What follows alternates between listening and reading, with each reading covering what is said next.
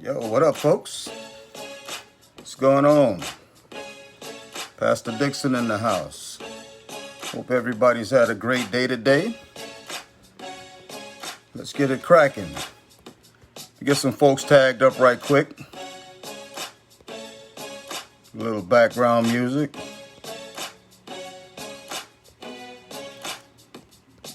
Yeah, I hope everybody's had a good day today. Rough time we living in, though. Pandemic taking people out. People taking people out.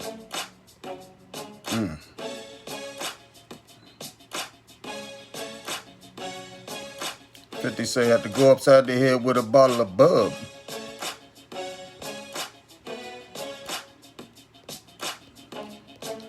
Please, if I tag anybody that doesn't want to be tagged, please just untag yourself. My apologies. Sometimes when I'm going through this tag thing,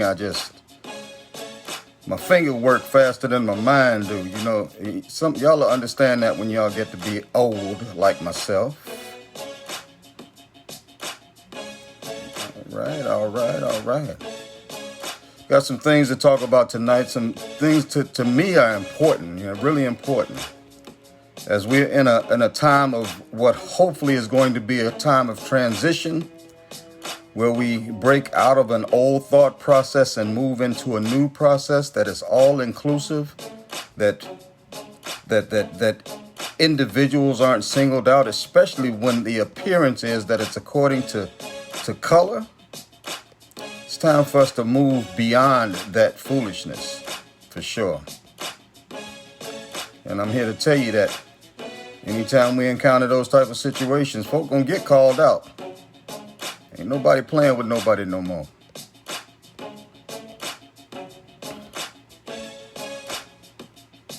Still tagging, so hopefully be through in a few.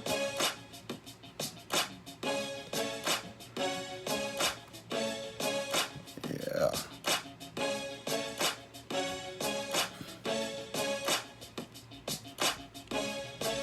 Now, in my conversation tonight, I don't mean anyone any disrespect. I pray that if anything that I have to talk about tonight, if it's true, if it's right, if it's just, that it just be accepted and allow the truth to change. It's really what truth should do. Truth should be that surgical knife to cut away the bias and the foolishness that we seem to be embracing so readily today. Not no more. Like the good Pastor Thomas Ravenel loves to say, you see something, say something. We ain't getting ready to be quiet about stuff no more. Oh, I know I ain't supposed to tag that one for sure. Trying to stay on the good side. All right, let's roll with that right there. Diana, Robert, Man, Jack, Ed, 7, Bill Epps, Aisha, Amanda, and Lily and Sean. Okay. All right. Yeah. Little 50 in the back. Miss Miki, what's going on? Good to see you. Well, you've been on it, doggone it, lately. Yes, sir. I know I'm in the revolution because I see you everywhere, for sure. Everywhere. Pam, hey, what's going on? How are you? Much love to you and the household, for sure. Councilman Heyward, good to see you. Good to see you. Charleston Uplift in the house. Johnny Cordero, yes. The Democratic Black Caucus of South Carolina. We are ready. Okay, I'll be in touch with you shortly. Okay, we are ready. And I'm going to touch on the Democratic Black Caucus South Carolina Charleston County chapter a bit during my conversation tonight. Erica, what's going on? How's it going? Miss B, what's happening? Good to see you. Tell Kim I say once again, happy birthday. I'm going to tell Kim happy birthday for the next 362 more days, okay? I hope that's all right with y'all. Erica, what's up? What's up? Like I say, the revolution. When I see you, when I see Mickey, I know the revolution is underway. Deborah, what's going on? Eli, what's happening, brother? Yes, sir. Yes, sir. The voice of our youth in the house, for sure. I'm loving it. Loving it. Sonia, how are you? Yes. Yeah, Deborah happens to everyone. Maria, all the way from Chicago, Chi-Town in the house. Good to see you, Maria. Yes. Danielle, what's going on? Another one of those revolutionaries has been out on the battlefield for a long time. Boots on the ground, for sure. One of these days, we're just going to have a big old thing where we can just introduce everybody to everybody who might not know everybody. That way, everybody can get to know everybody. Amy, good to see you. Good to see you. Yeah, reminds you of college. Excellent, excellent. Yeah. Stephanie, hey, what's happening? All right there, Brandon, what's happening? Let me toss it up like this. What's up, Brandon? All right now, all power to the people. Daquan, good to see you, brother. Yeah. Thank you for sending me that shout out today. And I'll definitely keep you in the loop for sure. Kelly, what's going on? Good to see you. Laquita, what's going on? How are you? Good to see you. You know, anytime that you need me, give me a shout out, okay? Lorena, good evening. Good evening. Carlise, good evening. Sonia, yeah. Greg Perry is watching. It says it right there. I'm reading that. It says it right there. Greg Perry is watching. So we're going to give folks a couple of more minutes. I should have played another song, but I'm going to let it roll like that there. That 50 Cent, that In the Club, for sure. I tell you what, I put that on today. Let me see if I can prop this thing up without it falling, okay? I wanted to open with that because 50 gives some serious lines about sometimes, you know, folks will try your next nerve, your last nerve, you know, and you feel like even me as Pastor Dixon, sometimes I just feel like snapping. Like he say, go upside somebody's head with a bottle of bub. Sometimes I feel that way. And, you know, even though I'll joke around on here and I know somebody might want to take that a different way than what I'm just saying, you know, it's just some phrases. That's all. I'm not getting ready to do nothing. Y'all know me. I'm 65% nonviolent. For those who've been to prison, y'all know what I'm talking about. Okay. But, you know, we live in a heck of a time right now, especially a time when we got some people that will push the limit and not even know they're pushing the limit with certain people. They never stop to think about the impact that their words or their actions will have on other people.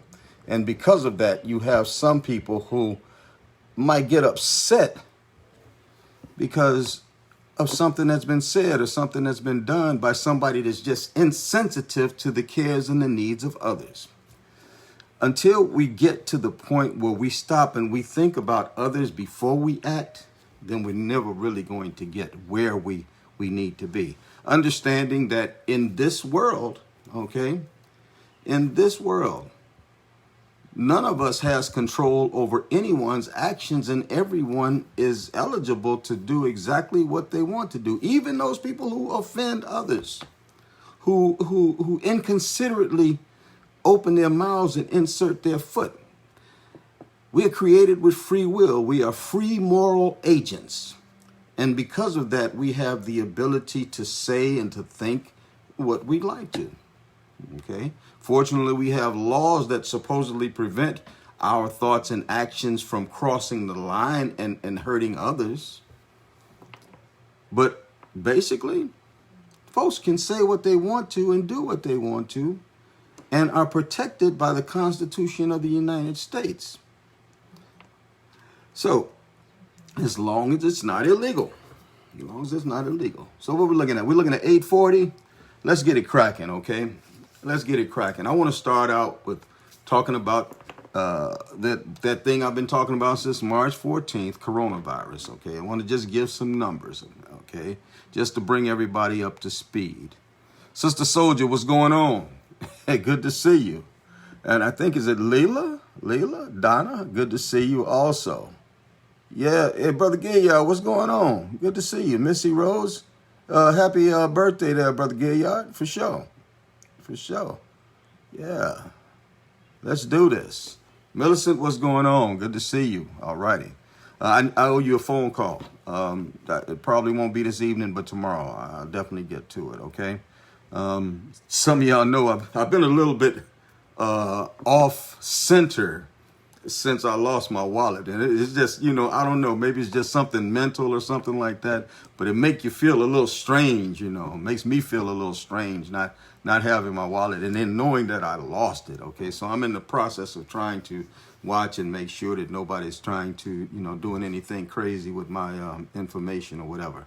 Donna, good to see you. Thank you for tuning in. Thank you, everyone, for tuning in. Yeah, if I was in a room right now, I'd tell everybody to give yourselves a hand, but I'll give you a hand. Thank you all so much. I appreciate you all so much. COVID-19, the novel or the new coronavirus, because coronavirus is not specific to COVID-19.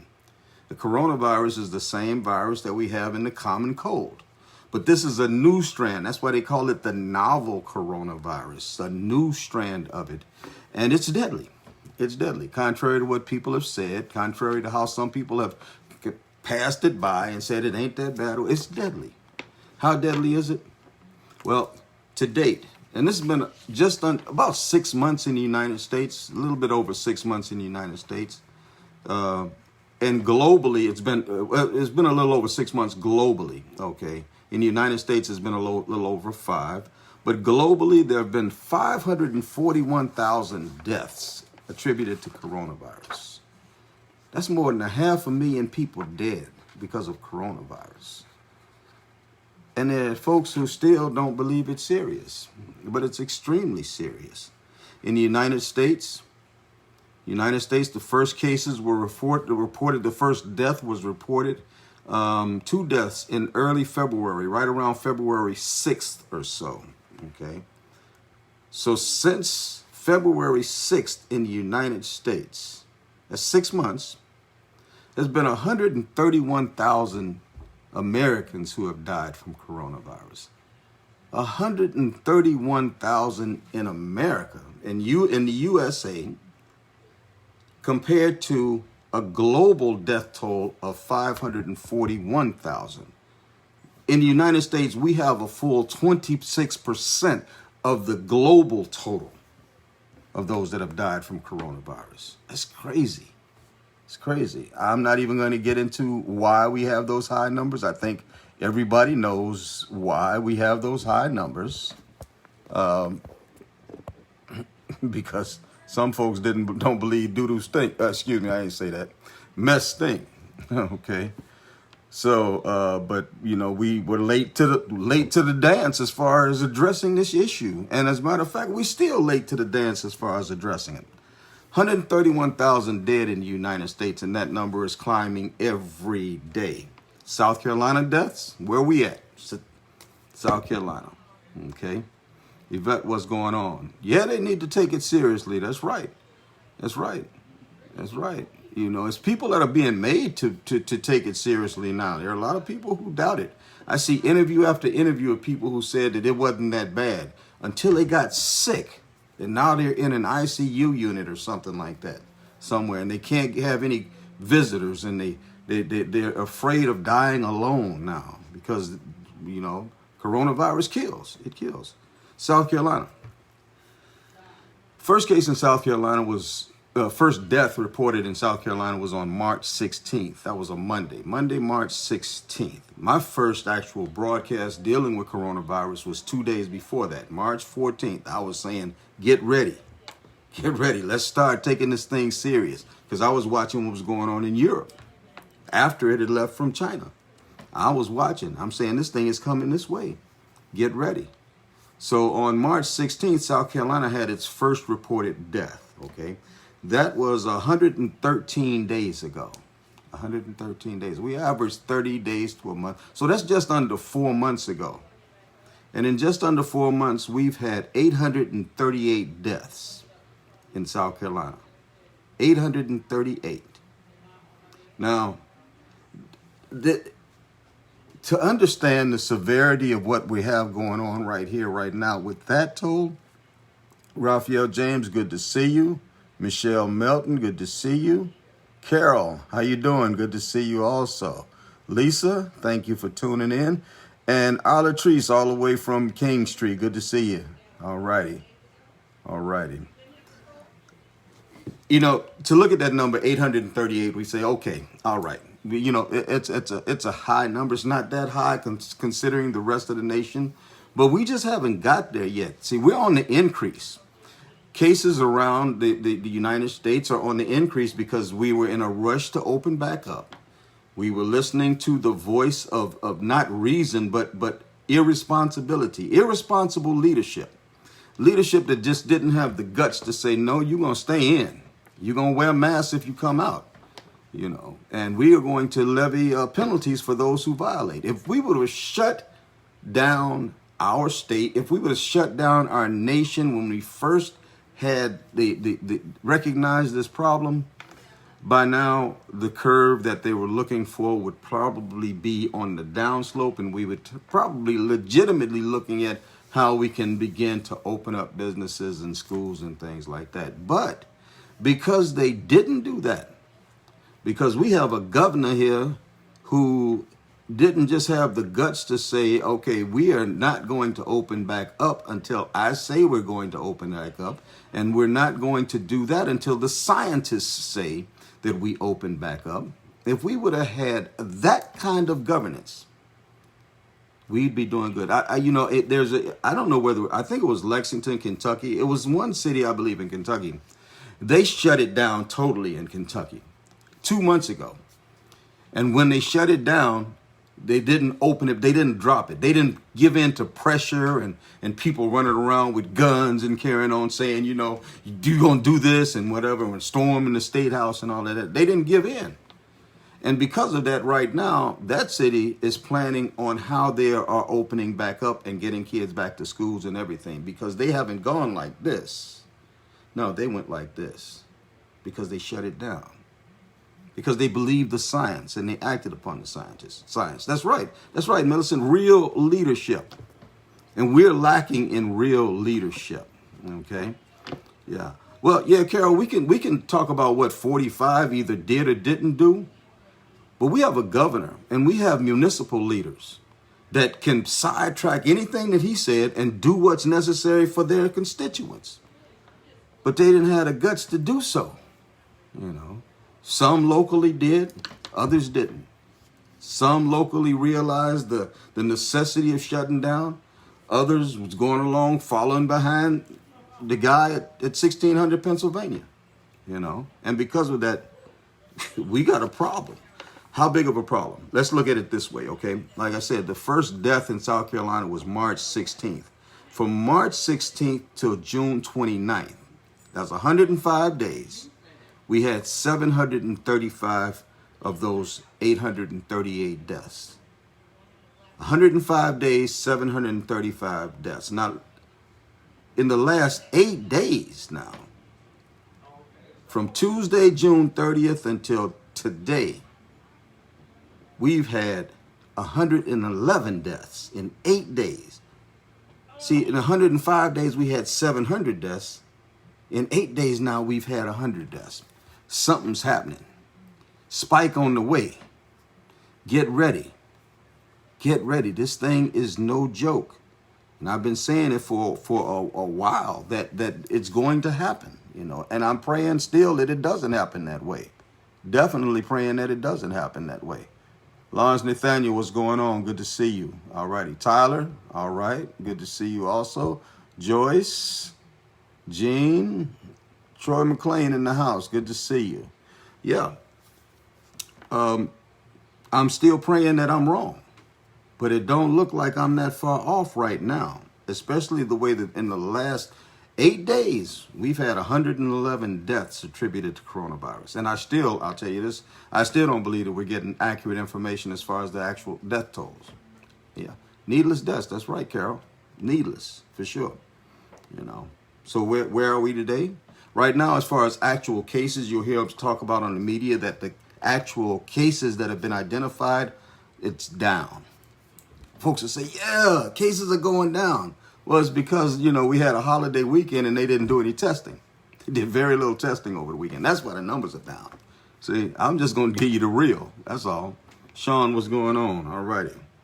Cases are, they're down, but probably due to the decrease in tests that were done over the weekend, But while those cases are down, I want y'all to pay close attention to this. Hospital bed capacity. Beds that have been taken up by COVID patients have increased over the last two weeks in South Carolina from 730 beds to 1,260 beds. So in South Carolina, we first had our first death on March 16th. In the last 2 weeks, we have gone from 730 beds occupied to 1,260 beds occupied. Yesterday with a capacity of 69% capacity, okay? Guess what it is today?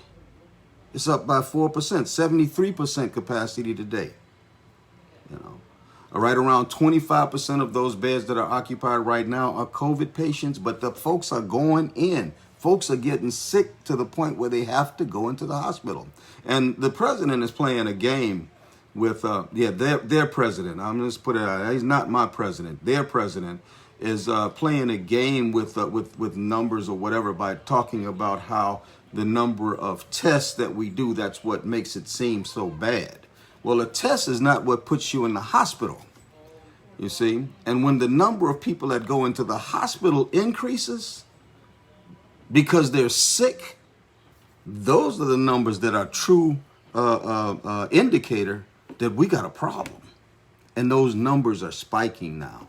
More people in over almost 40 of our states are entering in the hospitals, and there are more hospitals feeling themselves overwhelmed now because of the caseload of actual sick people. Yep. At MUSC right now, there are over 100 COVID patients. Right at MUSC. Of those 100, 7 of them are children. Yeah. So I'm a middle-aged person in good health and everything. This thing attacks old people. Nope. 7 of those are children. 33 of that 100 plus are in intensive care. They real sick. And of those 33, 18 of them are on ventilators. That means that the prognosis for them is not good. It's not good. And we playing. You seen the videos from over the weekend about the folks out at the lake party and out on them beaches? Man, that's crazy. That is crazy. What's wrong with us? Don't we believe the science? Or we just think we're invincible? For the young ones out there, they said that, they were saying for so long that this is an older person's thing with these compromised systems, that was really attacking them more. They say that the average age now of most of the patients coming in are somewhere around 40 years old. 40 years old, and more young ones are coming in. Faye, what's going on? Good to see you. Joe, all right. And more young ones and children and babies. I think I was listening like Horry County that they got like a 1-year-old, a couple of 1-year-olds and some so many months old babies sick from COVID. So we better stop playing. And the word stands strong as it has stood strong. Actually, it's stronger now than it was when it comes to face masks. First off, the encouragement is to stay home unless you absolutely have to go out.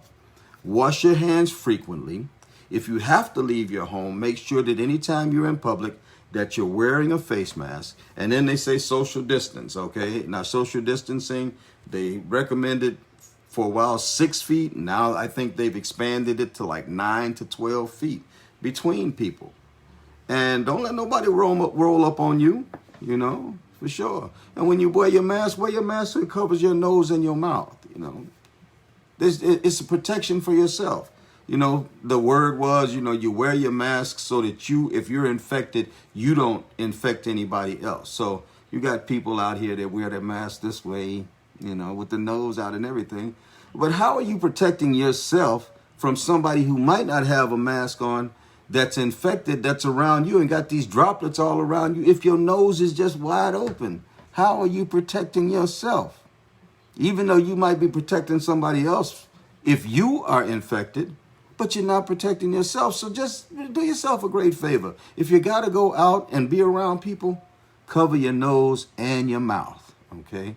Please, please. The life you save may not only be yours, but it might be somebody in your house, because you'll take this virus home without any symptoms whatsoever and be able to transmit this to others around you. Got sick granny at home who ain't going out, and staying in the house and everything. And you done went out and decided, oh man, I got to pull a mask down or whatever. Now all of a sudden you done breathe some droplets in. Now you're a carrier, even though you got no symptoms. You go home and you talking to granny, and granny gets sick and have to go in the hospital and never come home. Come on, folks. This is real talk here. This is real talk about coronavirus, COVID-19. It's serious. It's serious. And the numbers are going to get worse. I remember when I was first talking about it, back in March. Like I said, my first broadcast was like March 14th. And the death toll was really low. There's like, 5 here and 10 there. 5 here and 3 there, and 1, and the numbers were under 100. As of today, 838 deaths now, okay? We're going to be over 1,000 soon in South Carolina. We're going to be over 1,000. Letitia, good to see you. Rashia, good to see you also. All righty. Jay, all righty. Evangelist Michelle, what's going on? Kevin, what's happening? Jamie, all right. Yeah, we're going to be over 1,000 soon. Maybe folks will start paying attention then. Maybe as long as the numbers was like in the hundreds, in the low hundreds, and then maybe in the mid hundreds, 400, 500. Maybe not once we jump over 1,000, people will start paying attention. And it's going to happen. It's going to happen. The numbers are going up. Don't let nobody tell you no different. Don't let nobody tell you no different. I ain't got no time to be spending time telling y'all lies. I don't get nothing out of this, okay? It's other than the fact that maybe my encounter with you might save my life. I don't know, All righty. So moving right along. I started out, talking about 50 Cent and in the club, and, how sometimes folks have a tendency in the world we live in today to run off at the mouth and just say stuff without consideration of others. Well, I got quite a few friends that are part of the media, really good people, who spend a lot of time trying to make sure that they're reporting news accurately and not trying to find the sensational stories, especially in a society that gravitates toward negativism. They find a better way to present stories than negatively. But of course, within every media situation, there's always those that always want to put out negative. People that should be working for the Enquirer magazine than reputable organizations. But then how reputable are you if you still put this information out? If you're in charge of it and you put that information out. So the other day, a couple of days ago, in the Post and Courier, one of their journalists, a guy by the name of Steve Bailey, he wrote an article. It's called Commentary. The title was Commentary. 6 months later, Elliot Summey's hiring still fails smell test. Talking about Elliot Summey, how he was hired for as the CEO of the Charleston County Aviation Authority, a job that pays $290,000 annually, and well, no qualifications for the job or anything like that. I'm going to talk about that in a minute. But in this article, Bailey starts out by going in on Elliot Summey, just as the title says. The title says 6 months later, Elliott Summey's hiring still fails the smell test. And that seemed like that's going to be an article about Elliott to me. Okay. So in the article, Bailey starts out by going in on Elliott and his questionable election as Charleston County Aviation Authority CEO, a position that pays Summey almost $300,000 a year. And there was no search done. Well, actually, there was a search done, but they disregarded the candidates of the search in order to give Elliott this job. Okay. Elliott had no experience in that area whatsoever. And the only qualifications he has for the position, according to Bailey, are that he is Mayor Summey's son and that he wanted the job. And as Bailey said, and I quote, "What else matters?" Okay. So I'm quoting Bailey. They're saying these ain't my words. Okay. And he cites that when the vote was taken that landed Elliott the position, out of the 10 eligible voters on the board, 10 eligible voters on the board, 2 voted against Summey getting the position. That was Charleston's Mayor John Tecklenburg and also the Mayor of Mount Pleasant, Mayor Will Haney. They voted against Summey getting the position. One of the board members, Henry Fishburne, he actually resigned at that point. And we can read into that or infer into that whatever we like, okay? But he, as opposed to voting on this, he resigned. And a 4th board member, Walter Hunley, he was absent. So that left 6 board members, all of whom voted yes to giving Elliott Summey this position, okay? Board chairwoman, Helen T. Hill, she voted yes. Vice Chairman Charles E. Samuelson, he voted yes. Their Secretary/Treasurer Ravi Sanyal, he voted yes. Former State Senator Paul Thurman, he voted yes. And Charleston County Councilman Vic Rawl, he actually voted yes as a proxy vote for Elliott. So Elliott didn't vote for himself, but he had Vic Rawl vote for him. And Vic Rawl said he voted representing Charleston County. Okay. Yeah. Oh, now that's 5. Okay. And the 6th vote in favor of Elliott having this position was Jerome Heyward, our current councilman, North Charleston City Councilman, Jerome Heyward. Just a side note, Elliott Summey's father, Mayor Keith Summey, he had a vote also, but he abstained from voting through a proxy. Okay. Just want to put that out there, make that known, okay? Now, Bailey, Steve Bailey, the journalist, the guy that did the write-up, okay? Although he cites that there were 6 yes votes that put Elliott in that $300,000 a year seat, he quickly pivots after that. Remember, the article's supposed to be, the title is about Elliott, right? But he quickly pivots from there to focusing solely on one of those yes votes that was made. And the focus just happened to shift on the single black guy that's on the board. Go figure. Helen Hill, white. Charles Samuelson, white. Paul Thurman, white. Ravi Sanyal, not sure, but not black. Vic Rawl, white, and Jerome Heyward, black. Why did the pivot go? Now, it was just 6 votes, right, in favor of Elliott having this spot. What? Why? Why Jerome? Why didn't he go after Vic Rawl for voting a proxy vote for Elliott Summey for himself to get $300,000 a year? Why didn't he go after one of the other 6 who voted? Why? Why is it always the black guy?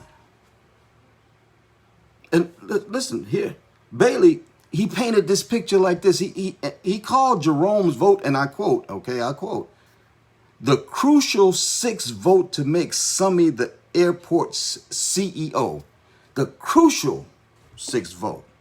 The vote without which Elliott would never have been able to take that $300,000 seat as CEO of the Charleston County Aviation Authority. The crucial 6. Are you kidding me? 2 people said no. 1 person resigned. One person abstained, or excuse me, one person was absent, leaving 6 votes. 6 votes. White, white, white, white, unsure, black. 6 yes votes out of 10 votes. But that one black vote was the crucial vote, right? Is that what he's trying to say? That one black vote is the only reason why Elliott won. He said, and I quote, the crucial 6th vote to make Summy the airport CEO. Wow. Somebody else other than me see some wrong in that? What's he trying to say? What's he trying to do? I'm not here tonight to talk about the specific implications and allegations that Bailey made. Okay? Because apparently, no matter what he said, it wasn't anything illegal done. So what was his motivation? Why did he do this? No, this is the same thing that certain journalists always do, or even law enforcement when it's the black guy. What do they do when you wind up, when a black person winds up getting picked up for a crime? What do they do? Right or wrong, what do? They put the whole history up there, right? Every time from kindergarten on up, every wrong that they did, they paint them as being the most horrific individual possible. Isn't that right? And here this dude, Steve Bailey. I used the term in the last 2 lives I did, crab. What? Why? And like I said, as far as this, I'm not here to focus on the specifics of implications and allegations. This is about him feeling that he had to single out the black guy. And I don't get it. Highlight the black guy. Blow up the black guy's history. So what? 5 white people voted in favor of Elliott. If he got a problem with Elliott, the other 5 folks voted for Elliott too. Why not them? Why just the black guy? See, there's some things that we need to start looking at and we need to start checking. But we got a problem though, because inside of that, we got a former Charleston County Democratic Party chairman and a friend of mine, and I'm very disappointed in what happened in this whole thing, extremely, because I really had hoped and thought better of him. But former Charleston County Democratic Party chairman Brady Quirk Garvin, I guess when he saw the article, maybe he must have got excited or something. I don't know. But his first thought was to share the article on Facebook and on Instagram and to tweet it out on Twitter with some very, very strong comments about the North Charleston City Councilman. Very strong. Okay. He's talking about that, that taxpayer funds being used for him to boost the Republican sheriff, and which I didn't get all of that out that article. Really, I got more out of what he wrote. He says that the councilman is on the payroll of Sandy Senn, who's a Republican state senator, and other Republicans. And I started out by saying, fortunately, in the world that we live in the United States that we live in, you can actually support whoever you want to support, or be supported by whomever you want to be supported by. Okay.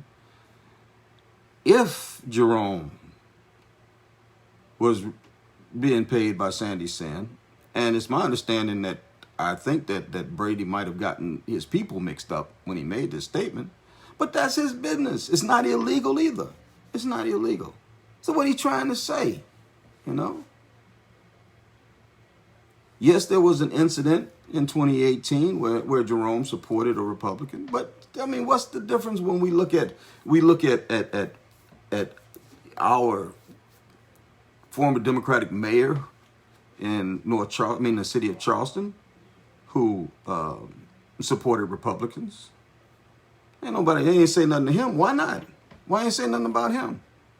We look at other situations where white folks supported Republicans even though they're Democrats. They said nothing about nothing to them, nothing about them. But the black guy. Why the black guy? And again, I say nothing illegal whatsoever was done. Nothing. Even though in Brady's comment, and this is a quote from Brady's comment, Brady posted this information with these negative comments on the Charleston County Democratic Party's page. And it was so detrimental that the current chair, Colleen Condon, she pulled that thing down. She took it down. She had enough presence of mind, and I do believe just compassion to understand that ain't right. That ain't right. And then to post it over, to have that much privilege that you posted over on the Charleston County Democratic Party page. Like, what are you trying to do? Just assassinate this man's character, smear him up? What is the deal, Brady? I thought you were better than that. And Brady, he wrote this. He said, all of this is ridiculous. He said, borderline illegal. See, borderline illegal. There's a message right there. Because in America, if it's not illegal, then it's not illegal. Period. So what you trying to paint this man as all kind of bad and carrying on, even though you got nothing bad to paint about him, huh? Borderline. That's your opinion.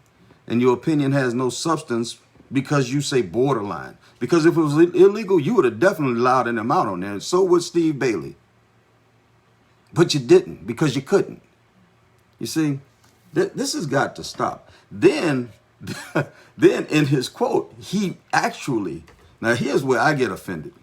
I get offended when anybody tries to put words in my mouth or tell me how I'm supposed to feel about anything. But he said, and I quote, all of this is ridiculous, borderline illegal, the taxpayer-funded campaigning, offensive to actual social justice advocates. I guess he's trying to tell me that I should be offended about Jerome. What kind of privilege does he have to tell me about what I should be offended by anyway? Or anyone else?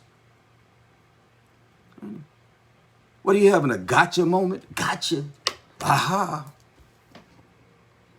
Man, that's just messed up. Messed up. And Jerome, out of everybody else, remember them other 5 voted for Summey too, is detrimental to improving Charleston and our state. I don't know what Jerome did to Brady, but Brady went off. He done went off, and I don't get it. I don't get it. And he's the former chair of the Charleston County Democrats. I could get into things like lack of support for candidates under him and things like that, but I won't. Okay? You can do your own research on that. But he worked for the Cory Booker campaign. He actually stepped down as the county chair in order to work for the Booker campaign. Maybe that made him feel like he could talk about black people any kind of way he want. I don't know. But I'm here to tell you that dog ain't gonna hunt. We ain't getting ready to put up with nobody that's gonna defame anybody in our community anymore. You're just not gonna get away with it. Period. Calling you out, for sure. What made Brady think this was okay? What made him think that it was his job to attempt to assassinate the black man's character? Although apparently there was nothing illegal done. Just like what's been done by law enforcement agencies and in the media for decades. Demonize the black guy. Make the black guy the villain. Again, although there apparently was nothing illegal done. Nothing. It really, really does bother me when white folks, or anybody for that matter, feels that they are privileged enough and feel comfortable enough to think that they can paint my people in a negative light without any backlash. And I'm here to tell you that we ain't getting ready to have that no more. Brady, I think you might have apologized to somebody, but you owe this community an apology. And to tread lightly from here forward. because we're not having that no more. We're not going to have anybody from the Democratic Party or the Republican Party or independents or libertarians or anybody else bad mouthing our community and our people in our community and overlooking others. That discriminatory bad mouthing is not going to happen. You're either going to be an equal opportunity bad mouther or we're going to shut you down. Period. I'm a little ticked off about this thing, okay? And like I said, from my position, has nothing to do with whatever the situation was, the specifics and the implications that were made. Nothing at all. It's about what's right and what's wrong. It's about a season where we're talking about Black Lives Matters, but apparently Jerome Heyward's life didn't matter to Brady Quirk Garvin or to Steve Bailey. Because instead of talking about the other 5 people that voted for Summy, they talked about the black guy. Why? It's crazy. And he don't know no explanation for what he do. None whatsoever. If he had a press conference with Katie Arrington in 2018, that's his business. That's his business. You don't run his life. This is America. Signed, sealed, delivered Constitution. First Amendment right to freedom of speech and expression. It's crazy. It's crazy. And I know there's some people that had a problem with the response that he gave, that Jerome gave to this the other night. But, you know, I'm a little bit off of myself about this too, because it's time to stop this madness. So sometimes, you know, you get caught up in a conversation. Sometimes you say some things ain't right. Okay. But I suggest y'all get over it. Get over it. Because the thing is, Jerome wouldn't have nothing to say if Steve Bailey and Brady Quirk Garvin didn't have anything to say. He should have shut the heck up. Unless there was some illegal activity going on. Or unless they were going to out the other 5 people that voted for Summy.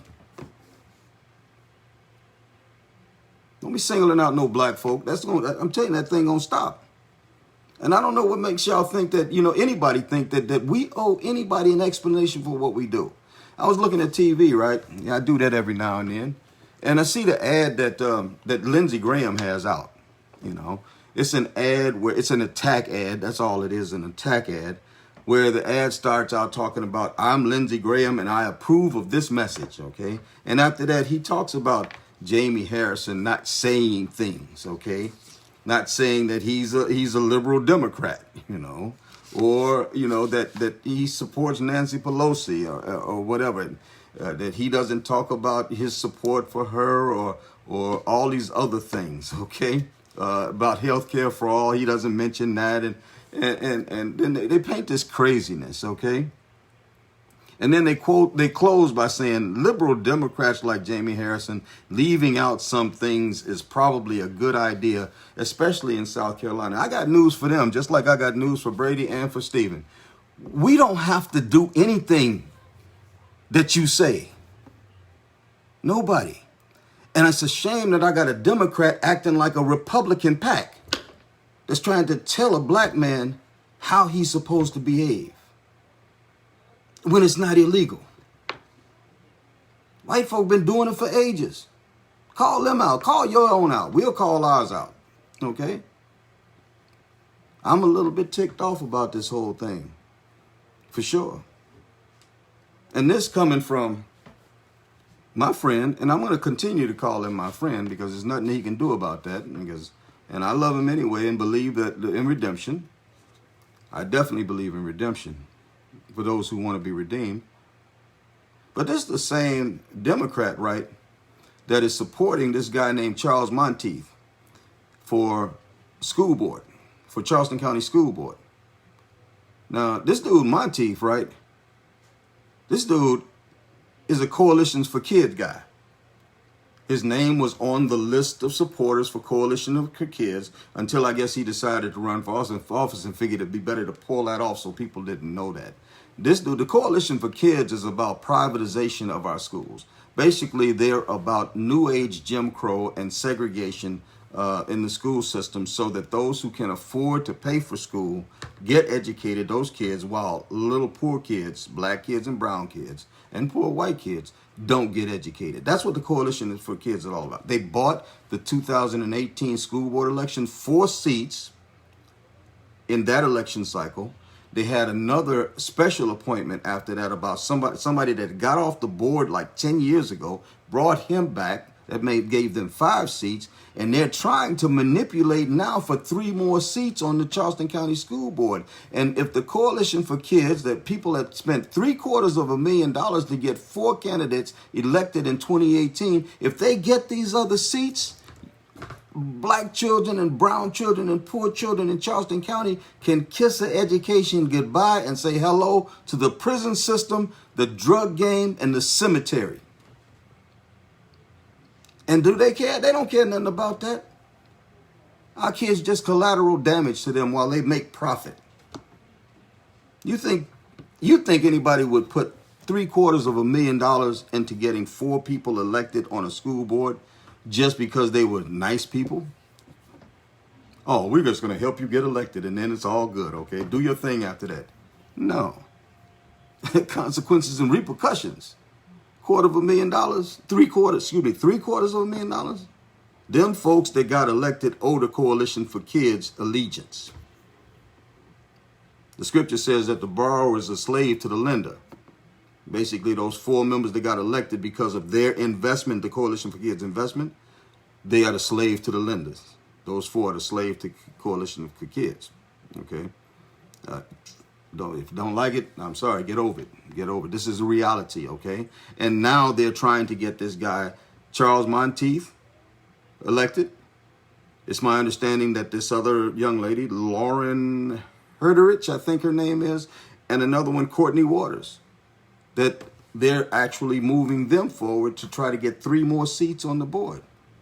Now, Brady, my friend, Democratic Party chair, okay, and he can support anybody he wants. He's supporting Charles Monteith, Coalition for Kid dude, right? Something just don't make sense to me, you know. But it's his right to do so. But I'm gonna just call it out just like I see it, because he called out Jerome on something that was legal. See, it doesn't make any sense to me based on the fact that Brady is a Democrat, and one of the values of the Democratic platform is quality public education, not privatization, public education. So how you call yourself a Democrat who part of our Democratic platform is supporting quality public education over privatization? We don't do Betsy DeVos and all that other foolishness at all. But you're the Democratic former chair, but you're supporting a Coalition for Kids guy. And you got a problem with Jerome at one point having a press conference about Katie Arrington, or alleging wrongfully that he took money from Sandy Sin, while you're supporting a Coalition for Kids that's going to privatize black and brown children out of an education. So you got to be careful now. You got to be careful, bro. Straight up. There's consequences and repercussions for your actions. It's tight, but it's right. So I just wanted to put that out there. And I'm going to have another live coming real soon where I really deal with this Coalition for Kids foolishness, because we cannot allow them to get any more seats on the board. It's bad enough that they got Eric Mack. Yeah, the black guy on the board, he works for them. Well, it's believed that he works for them. Let me put it out there. Cindy Coates, Kate Darby, and Joyce Green. Joyce is the newest person on the board. And Chris Frazier, who was that added one on. Okay, it's bad enough they got him. Right now, Kevin Hollenshed is in a fight for his life on that school board. And his life that he's fighting for is the life of our children, our poor children, our black and brown children in our community. But it's just him, and sometimes he got some help from Chris Collins. You know, we can't let them get a foothold any further than that. So I'm going to do a live sometime real soon dealing with that, the Coalition for Kids, and how we have to stop that. So back to Brady and all these other things. To the Democratic Party in Charleston County and the Democratic Party in South Carolina, I'm here to tell you today that we are manning up. And when I say we, I'm talking about the Democratic Black Caucus of South Carolina, of which I am the Charleston County Chair. We will have our board selected shortly. We're almost there. And we will have our first meeting real soon. And we are going to definitely be the voice for the black community in order for the black community's voice and vote to be respected by not only the Democratic Party, but by our elected officials, both Democratic and Republican. I'm tired of this foolishness.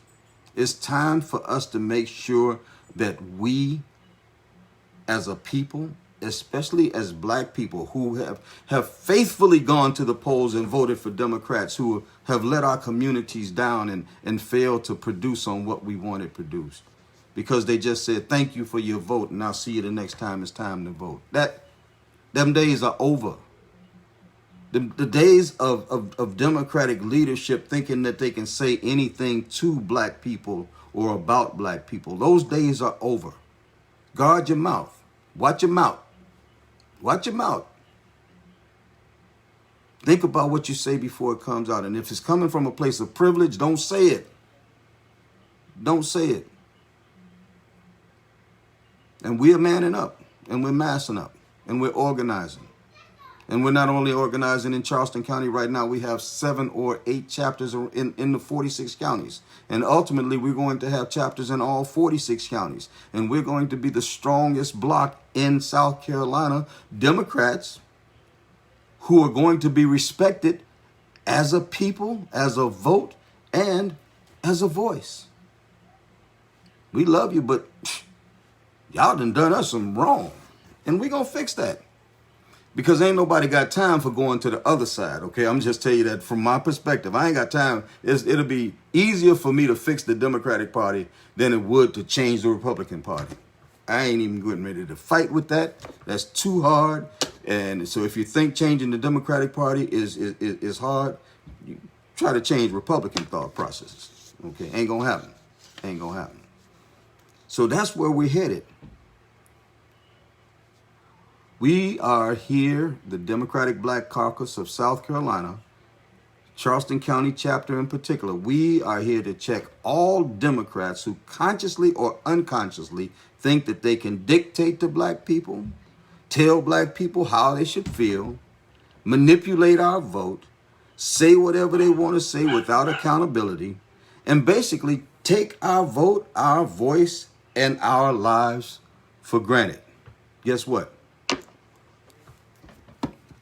Black lives matter. We're going to make you understand that black votes matter. Bottom line. Okay. So that's my rant for the evening. Although I got a final rant that I need to give out, okay? Folks, just do your research on that, okay? Do your research. And like I said, you can look up the article and see what the things that Bailey wrote about what, Jerome, did and all of this and whatever. I'm just here to try to figure out why the black guy out of 6 yes votes, why him? Why him? Why is it always the black guy? Same people running around here talking about, yeah, Black Lives Matter. Can we come to the march? Is a place we can march? Always inbox me, where stuff happening at. You're the same people that are doing this. Stop it. Just stop it. Okay? All right, we got to stop it. And along in that same vein, I know I'm probably going to rub some people the wrong way on this, but I need to talk about my good friend, Aaron Comstock. Y'all know Aaron? Anybody know Aaron? Aaron is the founder of Charleston Uplift. White guy with a beard, always running around with a Black Lives Matter pole over his shoulder, right?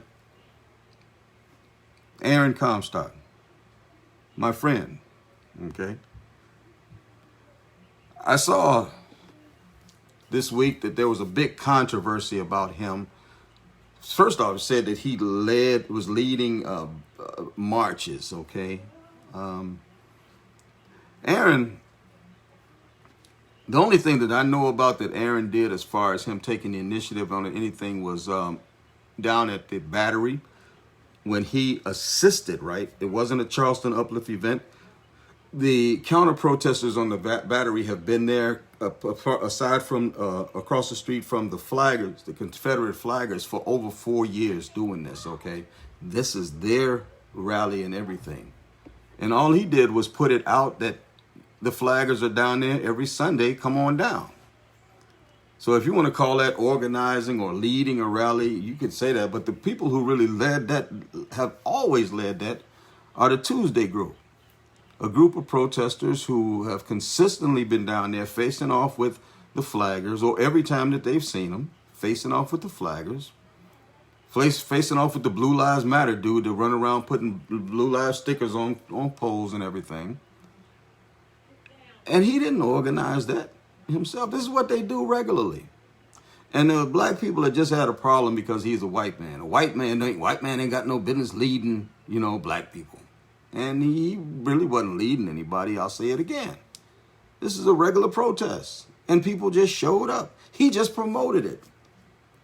But, I just got a problem with that whole issue, period. Especially because a lot of them people always like to spout off about Malcolm X. What Malcolm did. All power to the people. Malcolm X. Yeah. We radical. Yeah. White folks this and white folks that. I know you're an ally, but stay in your place. You know what Malcolm said about that? I'm going to quote Malcolm. Malcolm gave a speech, right, in 1964. Where he was debating actually at Oxford University. And he said these words. Malcolm X said these words, and I quote, he said, "I, for one, will join with anyone. I don't care what color you are, as long as you want to change this miserable condition that exists on this earth." Unquote. That's from Malcolm X, the Honorable El Hajj Malik El Shabazz. "I, for one, will join with anyone.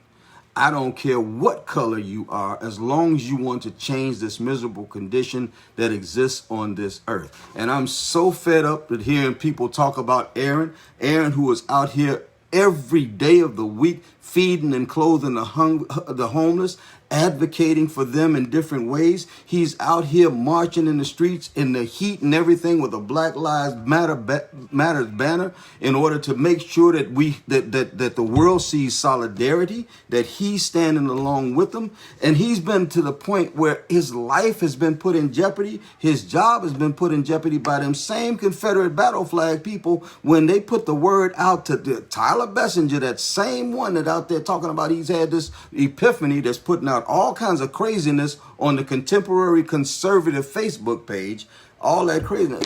Him and his people sick thousands of people for Confederate supporters from around the nation on Aaron, because Aaron would not back down and say, y'all wrong with that flag thing, going on with that foolishness.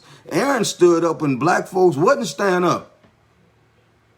And you trying to put him in a pigeonhole, trying to shut him down? Black folk, come on. Same black folk talk about Malcolm this and Malcolm that. Malcolm said, "I will join with anyone. I don't care what color you are, as long as you're ready to fix this problem." That's what Malcolm said. I mean, that man, they came at him so hard, they flooded the school, because he's an educator. And he has a heart to educate children, poor children, black children. That's where his heart lies at. And when he came against the flaggers, they flooded the school and the emails with everything, and the school's Facebook pages and all of that. Fire him, get rid of him, let him go. You're racist because you got him there. He's this and he's that. I mean, flooded it. Death threats. And guess what Aaron Comstock, guess what Charleston Uplift does in spite of that? He still gets out there on that line to change things. Y'all quit. I know it's going to be some people that probably unfriend me after this, but go right ahead. I'm going to love you anyway. Okay? It's all good. That man is putting in work where a lot of these people is talking all that trash. Ain't never put no work in. For sure. And he hasn't put it in for white folk. And he doesn't do it for glory. He does it because there's a need. He's been out here feeding homeless people. Getting, begging for handouts and to keep feeding the homeless people. So you want to shut him down, right? While you sitting at home on your Facebook, on Facebook liking stuff and mad about stuff and making a comment here and a comment there. Stop it. Now, I can't tell anybody what to do, and I'm not going to allege that I can do that. Okay? You do what you want to do. But as for me and what I do in the community, Aaron Comstock is welcome anywhere and everywhere I am. Okay?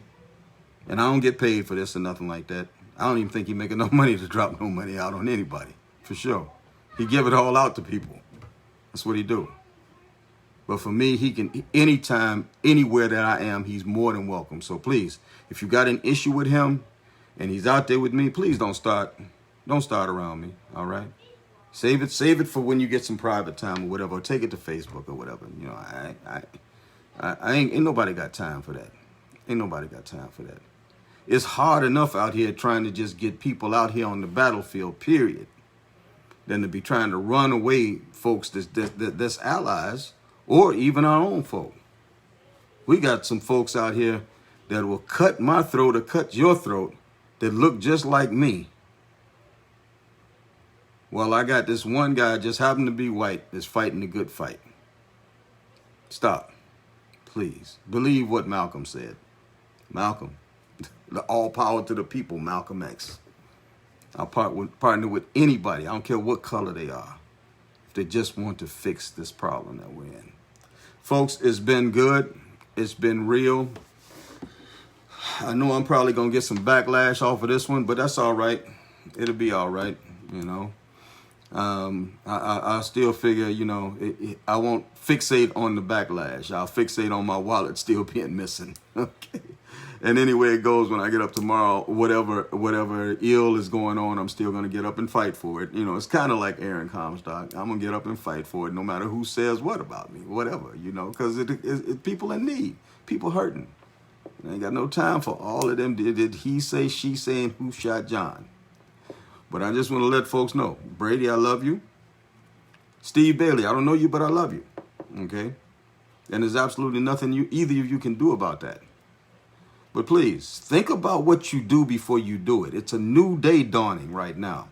In the aftermath of what we've seen globally or nationally, in the death of black people, in the mistreatment of black people, in the disparate educational system and healthcare system we have to deal with, the lack of economic opportunities, all of these things are coming to the forefront now. So all of you that claim to be allies, Brady, we're on the same team. So why is it that you're trying to tear that down? And then you turn around and support a Coalitions for Kid person. Sin has no degree. Sin is sin. So if you're going to claim that Jerome has a sin, you can't throw the rock at him and hide your hand. Look at your own sin. Get your own house in order. Okay? And that goes for me too. That's for sure. I had to check myself a lot. I had to watch what come out of my mouth. I have to guard it until we all get right. But we're at that point now. There's more revelation. There's more understanding. There's more people who are seeing both sides of the story now than ever before. So I'm definitely expecting folks who profess to be Democrats to be looking at these issues the right way. Okay? And don't come out talking out the side of your neck either, because we coming. Anybody wants to be involved in the Democratic Black Caucus of South Carolina, the Charleston County chapter, please go to that Facebook page and just say, yeah, I want to be a part of this. I want to be a part of this. It's not ethnic specific, okay? Just because it says Democratic Black Caucus does not mean that white, brown, red, or yellow can't be a part of it. Please join in, because we need allies just as much as we need black folk. We need everybody to win this war against injustice. One of the great places that you can start is beginning to help black people amplify their voice in the Democratic Party, because we ain't got time to be trying to overtake the Republican Party. Them boy too hard-headed for us, okay? All right. Well, listen, y'all take care. Have a wonderful evening. Again, if I've offended anybody, it wasn't my intention. Please accept my sincere apologies. Tonight, before you go to bed, make sure that you tell your little ones that you love them. Hug somebody, give them some sugar or something like that, okay? And definitely remember that COVID-19, the coronavirus, is real, and it's out here looking for people to kill, okay? So continue to wash your hands frequently. If you have to go out, stay in if you can. But if you have to go out, make sure that you're wearing a mask at all times when you're in public, okay? When you're around people. You're not in your car when you're around people. And make sure that when you're around people that you socially distance, from them, okay? At least minimize the chances of your getting sick from this virus, all right? I'm going to keep saying it until this thing go away. And until it do, I'll be right here, okay? So listen, y'all take care. For everybody on here, for those who like me and for those who don't like me, for those who are friends or frenemies, it doesn't make me a bit of difference. I'm going to tell y'all, listen, I mean it from the bottom of my heart. I love you all, and there's absolutely nothing that you can do about it. Y'all take care. I'll holla. Peace.